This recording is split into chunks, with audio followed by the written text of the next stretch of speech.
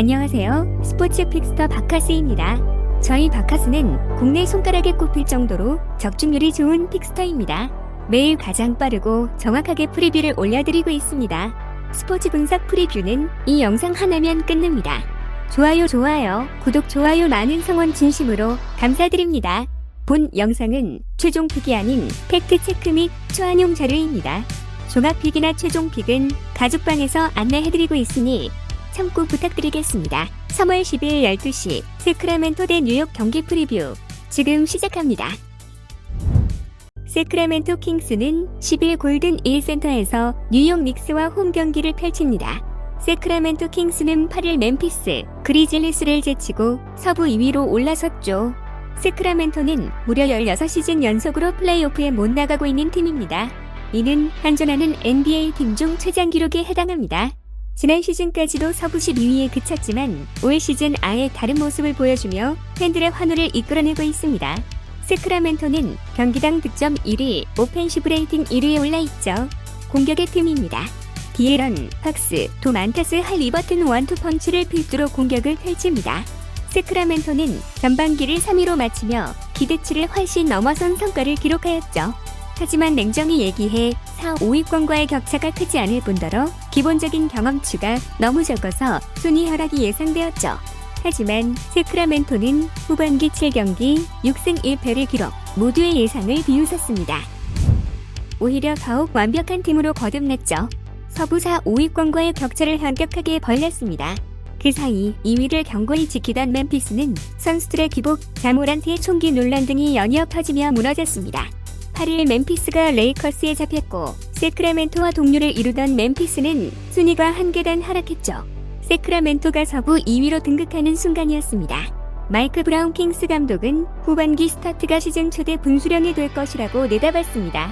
선수들은 감독이 꼽은 승부처에서 똘똘 뭉치며 최상의 성과를 냈고 그 사이 2위 멤피스가 무너지는 행운까지 겹치며 2위로 올라섰죠.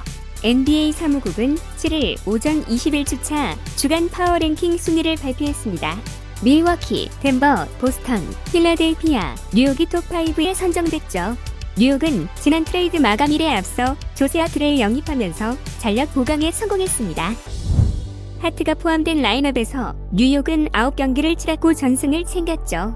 특히 뉴욕은 지난주에 치렀던 4경기에서 보스턴의 2승을 따냈고 그중 1승은 제일런 브런슨 없이 해냈습니다. 브런슨의 자리를 대신한 임마누엘 퀴클리는 53분을 뛰면서 38점으로 커리어 하이 득점을 세웠고 8리바운드 7어시스트, 4스틸 2블록을 추가했죠. 이중 클러치 상황에서 11득점을 기록하였습니다. 물론 하트와 퀴클리가 뉴욕의 연승에서 큰 부분을 차지하고 있지만 에이스에 해당하는 선수는 브런슨과 줄리어스 랜드리죠. 2월에 동부 컨퍼런스 선수인 브런슨은 이번 오프시즌에 뉴욕과 FA 계약을 맺었습니다. 당시 뉴욕은 오버페이 논란도 있었으나 브런슨의 놀라운 활약으로 기우에 불과했다는 것을 증명했습니다. 또한 뉴욕 의왕 줄리어스 랜들이 지난 시즌 부침을 이겨내고 이번 시즌 올스타로 돌아왔죠. 따라서 뉴욕은 10년 만에 공격력을 갖춘 원투펀치를 갖추게 됐습니다. 여기에 센터인 미첼 로빈슨이 선보이는 수비 퍼포먼스는 랜들의 수비 부담을 덜어낼 수 있었죠. 그리고 퀴클리, 하트, 아이제아, 하텐슈타인으로 이어지는 벤치 라인업은 첫 121분 동안 상대보다 72점을 더 많이 넣었습니다. 물론 플레이오프 무대에서 이들은 지난 2021 시즌과 같은 모습을 보여줄 수도 있습니다. 다만 야니스 아테토쿤보와 조엘 엠비드 그리고 제이슨 테이텀을 보유한 동부 컨퍼런스 상위팀들처럼 뉴욕은 선수단을 튼튼하게 만들었고 다양한 공격 패턴을 수행하는 중입니다. 뉴욕의 맹렬한 연승 행진이 다소 황당하게 끊겼죠. 뉴욕 닉스는 8일 메디슨 스퀘어 가든에서 열린 샬럿 호네츠와의 경기에서 105대 112로 패배했습니다. 앞선 9경기에서 전승을 거두며 파죽의 9연승을 달리고 있던 뉴욕, 이날 상대는 20승 46패 동부 14위에 그치고 있는 샬럿이었죠. 뉴욕은 앞선 9경기에서 유타, 브루클린, 애틀랜타, 워싱턴, 뉴올리언스, 마이애미 등 저력 있는 중위권 팀들은 물론 최상위권 보스턴 셀틱스도 2번이나 잡아내며 막을 수 없는 경기력을 보여주었습니다. 이들에 비하면 샬럿은 기량적으로나 최근 분위기상으로 보나 훨씬 떨어집니다. 에이스 라멜로 볼도 발목 골절 부상으로 시즌 아웃당한 상태죠. 뉴욕의 낙승이 예상된 한판이었지만 모든 것이 풀리지 않으며 충격패를 당했습니다. 가장 큰 부진의 원인은 주축 선수들의 약후 난조였습니다. 줄리어스, 랜들, 이마뉴엘 키클리 등이 모두 20%에서 30%대의 야투율에 그치며 부진했습니다. 후반 집중력도 짚고 넘어가야 할 대목이죠. 경기 초반 한때 16점 차까지 앞서가는데 성공했지만 3쿼터에 23대 37, 4쿼터에 16대 25로 밀리며 뒷심 부족 문제를 보여주었습니다. 이날 패배로 뉴욕은 연승 행진이 9에서 마감되었고 40승 고지를 밟는 데 실패했습니다. 시즌 성적 39승 30패를 기록하게 되었죠. 한편 뉴욕은 이번 경기를 시작으로 서부 컨퍼런스 6강전에 나섭니다. 상대하는 서부 팀들은 세크라멘토 킹스, LA 클리퍼스, LA 레이커스, 포틀랜드 트레일 블레이저스, 덴버 너겟츠, 미네소타 팀버 울브스로 녹록지 않은 상대입니다.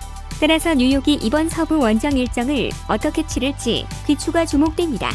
세크라멘토는 10경기 중 7승을 거두었고 20승 13패 홈 기록에 승리를 추가할 수 있는 기회와 함께 연속 홈 경기의 4번째이자 마지막 경기를 연승으로 마무리하기를 바랄 것입니다.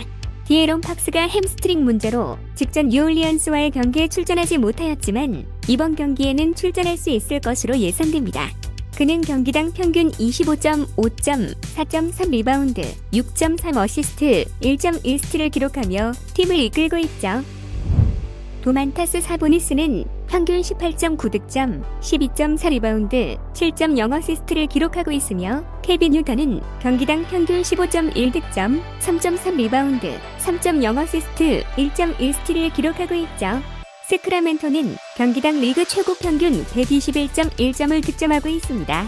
한편 뉴욕은 직전 경기에서 샬럿을 상대로 홈에서 패하면서 9연승에서 연승 행진이 중단됐습니다. 이번 시즌 20승 12패의 원정 성적을 기록 중이며 4연속 원정 경기를 시작하면서 다시 궤도에 오르려고 할 것이죠.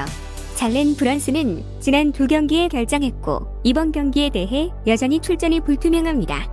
줄리어스, 랜들은 인상적인 플레이를 계속하며 지난 5경기 동안 평균 26.8점, 8.2 리바운드, 4.4 어시스트를 기록하며 팀을 이끌고 있습니다. RJ 바렛은 평균 19.7득점, 5.2 리바운드, 2.8 어시스트를 기록하고 이매뉴얼 퀴클리는 경기당 평균 13.4득점, 4.0 리바운드, 3.2 어시스트를 기록하고 있죠. 뉴욕은 경기당 평균 112.4실점으로 리그 9위이며 평균 115.3득점을 기록하며 리그 12위입니다. 지난 10번의 원정 경기 동안 뉴욕은 경기당 122.4점을 기록했고 필드골 50.4%, 외곽슛 38.9%를 기록했습니다. 뉴욕과 세크라멘토 모두 이번 경기에 변수가 있을 수 있죠. 뉴욕은 포인트 가드 잘렌 브런슨이 발부상으로 이전 2대회에 결정했는데 이번 경기 또한 출전이 확실치 않습니다. 반면 세크라멘토는 디에런 팍스가 햄스트링 부상으로 출전이 불투명하죠. 공격적인 마인드를 가진 두 팀 간의 치열한 경기가 예상됩니다. 세크라멘토는 홈에서 머무른 4경기의 마지막이 될 것이지만 그들이 이전 3경기 중 2경기를 원정에서 치른 뉴욕보다 더 나은 체력을 유지하고 있을 것이라고 생각됩니다. 세크라멘토는 37.0%의 3점슛에 100포제션당 13.3개의 3점슛을 기록하는 위험한 3점슛 팀입니다. 반면 뉴욕은 3점 라인 수비에 고군분투하고 있죠. 100포제션당 13.1개의 3점슛을 허용하며 외곽에서 많은 슛을 허용하고 있습니다. 다음은 예상 선발 라인업과 예측입니다.